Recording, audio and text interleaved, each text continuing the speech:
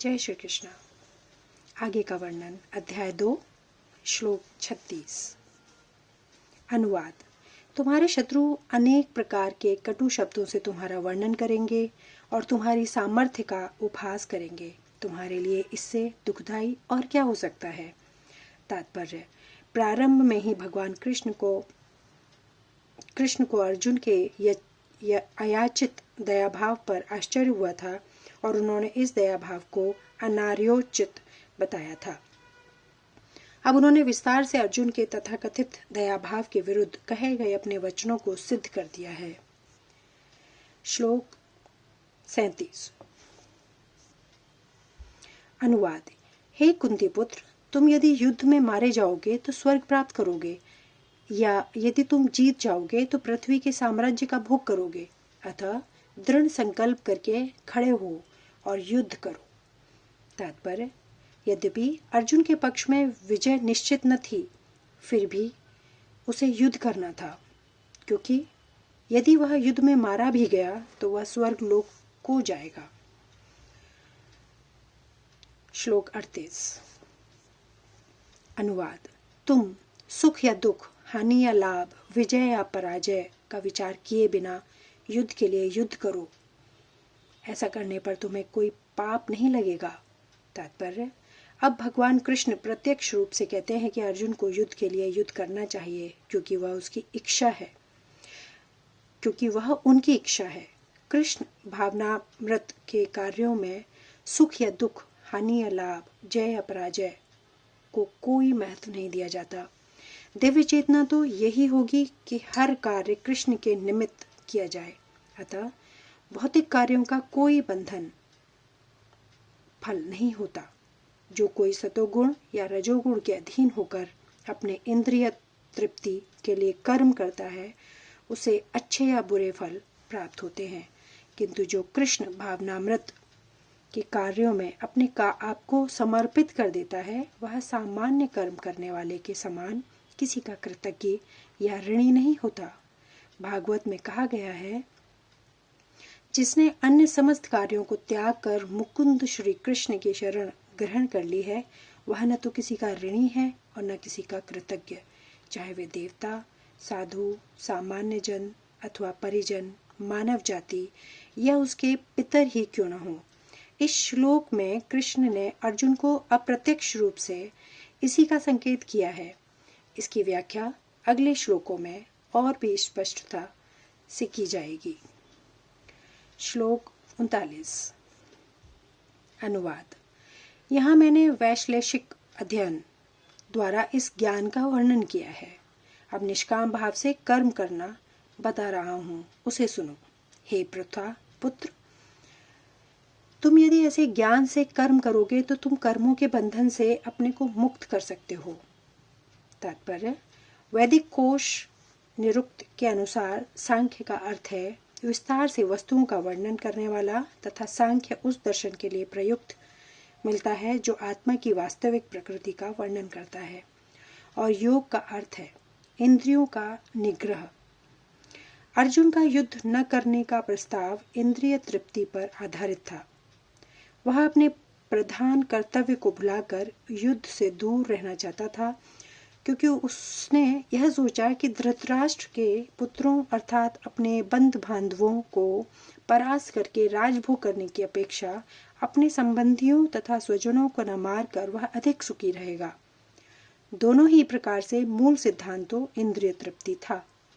उन्हें जीतने से प्राप्त होने वाला सुख तथा स्वजनों को जीवित देखने का सुख, ये दोनों इंद्रिय तृप्ति के धरातल पर एक हैं, क्योंकि इससे बुद्धि तथा कर्तव्य दोनों का अंत हो जाता है। अतः कृष्ण ने अर्जुन को बताना चाहा कि वह अपने पितामह के शरीर का वध करके अपनी आत्मा को नहीं मारेगा, उनकी आत्मा को नहीं मारेगा।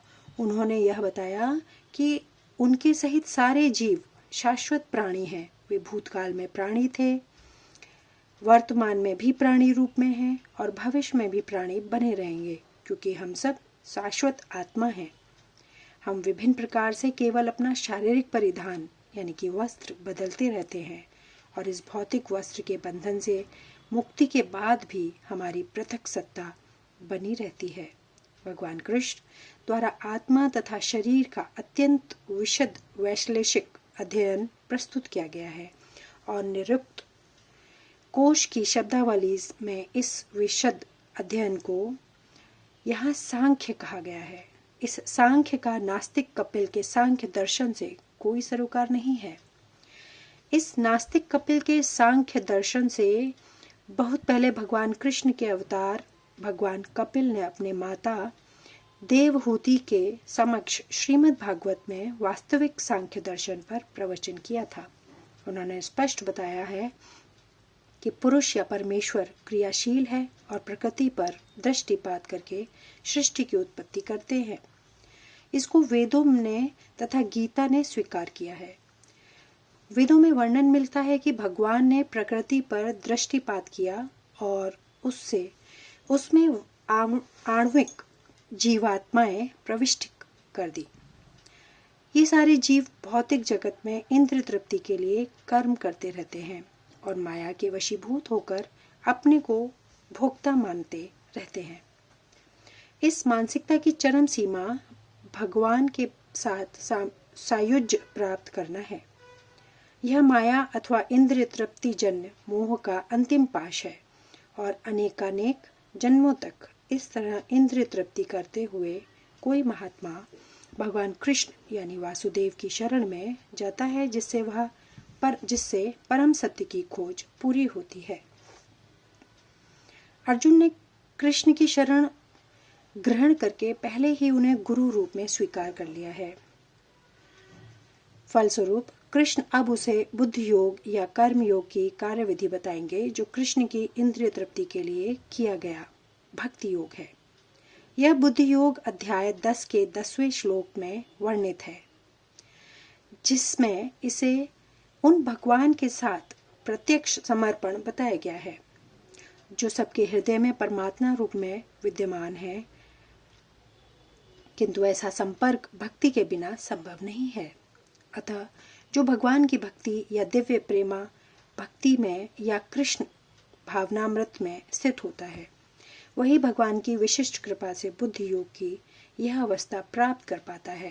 अतः भगवान कहते हैं कि जो लोग दिव्य प्रेम वश भक्ति में निरंतर लगे रहते हैं, उन्हें ही वे भक्ति का विशुद्ध ज्ञान प्रदान करते हैं। इस प्रकार भक्त सरलता से अपने चिदानंदमय धाम में पहुंच सकते हैं।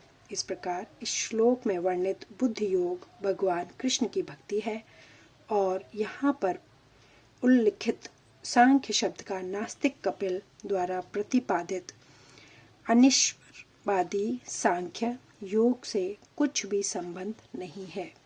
अतः किसी को यह भ्रम नहीं होना चाहिए कि यहाँ पर उल्लिखित सांख्य योग का अनिरीश्वरवादी सांख्य से किसी प्रकार का संबंध है।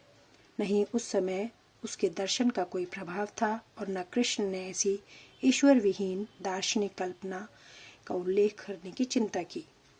वास्तविक सांख्य दर्शन का वर्णन भगवान कपिल द्वारा श्रीमद् भागवत में हुआ है, किंतु वर्तमान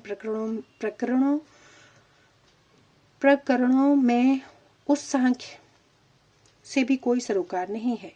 यहाँ सांख्य का अर्थ है शरीर तथा आत्मा का वैश्लेषिक अध्ययन। भगवान कृष्ण ने आत्मा का वैश्लेषिक वर्णन अर्जुन को बुद्धि योग या कर्म योग तक लाने के लिए किया। अतः भगवान कृष्ण का सांख्य तथा भगवान में भगवान कपिल द्वारा वर्णित सांख्य एक ही है।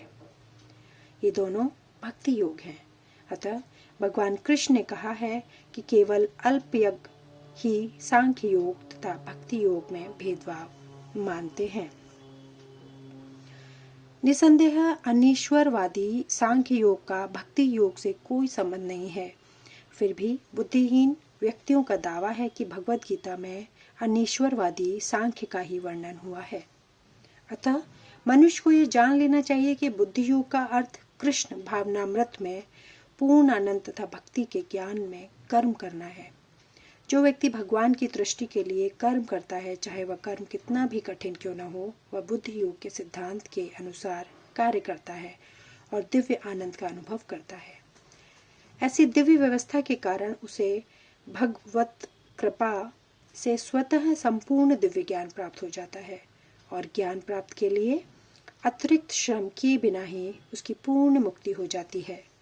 कृष्ण भावना भावित कर्म तथा फल प्राप्ति की इच्छा से किए गए कार्य में विशेषतया पारिवारिक या भौतिक सुख प्राप्त करने की इंद्रिय तृप्ति के लिए किए गए कर्म में प्रचुर अंतर होता है। अतः बुद्धि योग हमारे द्वारा संपन्न कार्य का दिव्य गुण है। श्लोक 40। अनुवाद। इस प्रयास में न तो हानि होती है न ही हास, अपितु इस पथ पर की गई अल्प प्रगति भी महान भय से रक्षा कर सकती है।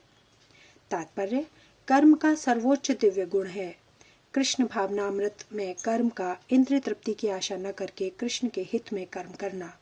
ऐसे कर्म का लघु आरंभ होने पर भी कोई बाधा नहीं आती है, न कभी इस आरंभ का विनाश होता है। भौतिक स्तर पर प्रारंभ किए जाने वाले किसी भी कार्य को पूरा करना होता है, अन्यथा सारा प्रयास निष्फल हो जाता है। किंतु कृष्ण भावनामृत में प्रारंभ किए जाने वाला कोई भी कार्य अधूरा रहकर भी स्थायी प्रभाव डालता है।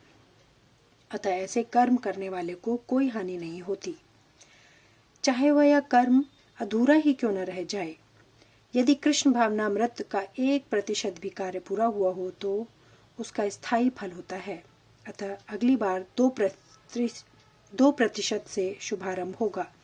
किंतु भौतिक कर्म में जब तक 100% सफलता प्राप्त न हो तब तक कोई लाभ नहीं होता। अजामिल ने कृष्ण भावनामृत में अपने कर्तव्य का कुछ ही प्रतिशत पूरा किया था, किंतु भगवान की कृपा से उसे 100% लाभ मिला। इस संबंध में श्रीमद् भागवत में एक अत्यंत सुंदर श्लोक आया है। यदि कोई अपना धर्म छोड़कर कृष्ण भावनामृत में काम करता है और फिर काम पूरा न होने के कारण नीचे गिर जाता है तो इसमें उसको क्या हानि, और यदि कोई अपने भौतिक कार्यों को पूरा करता है और इससे उसको क्या लाभ होगा। अथवा जैसा कि ईसाई कहते हैं, यदि कोई अपनी शाश्वत आत्मा को खोकर संपूर्ण जगत को पाले तो मनुष्य को इससे क्या लाभ होगा। भौतिक कार्य तथा उनके फल शरीर के साथ ही समाप्त हो जाते हैं, किंतु कृष्ण भावनामृत में किया गया कार्य मनुष्य को इस शरीर के विनिष्ट होने पर भी पुनः कृष्ण भावनामृत तक ले जाता है। कम से कम इतना तो निश्चित है कि अगले जन्म में उसे सुसंस्कृत ब्राह्मण परिवार में या धनी माली कुल में मनुष्य का शरीर प्राप्त हो सकेगा, जिससे उसे भविष्य में ऊपर उठने का अवसर प्राप्त हो सकेगा। कृष्ण भावनामृत में संपन्न कार्य का यही अनुपम गुण है। श्लोक 41 के आगे का वर्णन अगले वीडियो में। धन्यवाद। जय श्री कृष्ण।